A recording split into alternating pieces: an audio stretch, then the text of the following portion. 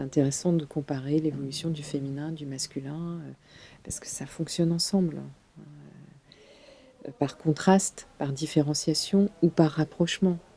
Donc l'histoire du genre a permis d'aller un petit peu au-delà de la simple histoire des femmes, et de travailler vraiment sur comment j'aime bien ce terme, on encode, on codifie, on crée des marqueurs de masculinité et de féminité.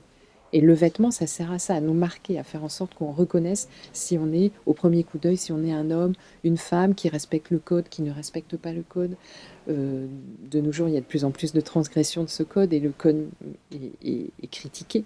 Donc, pourquoi la grande question, si vous voulez, c'est pourquoi les femmes ont-elles finalement conquis le pantalon? Donc, le vestiaire des femmes est devenu mixte en quelque sorte. Et pourquoi il n'y a pas eu le mouvement inverse? Pourquoi les hommes n'ont-ils pas adopté la jupe au moment où les femmes adoptaient le pantalon? C'est ça qu'il faut creuser. C'est ça qu'il faut creuser.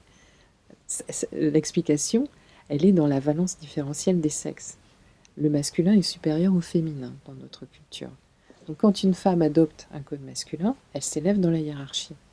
Et quand un homme adopte un vêtement codé féminin, ce codage peut changer au cours du temps. Mais quand un homme adopte un vêtement codé féminin, il dégringole dans la hiérarchie. Il se sexualise en quelque sorte, il se fait objet sexuel, objet du regard. En plus, c'est à relier à l'homophobie parce qu'il y a aussi le soupçon d'homosexualité qui va aller avec l'effémination. Et donc, ça reste quelque chose de mal perçu. Donc, comme le féminisme contemporain, c'est vraiment interroger le principe même de la différenciation des sexes, le genre, et voir comment il a servi pour justifier des inégalités.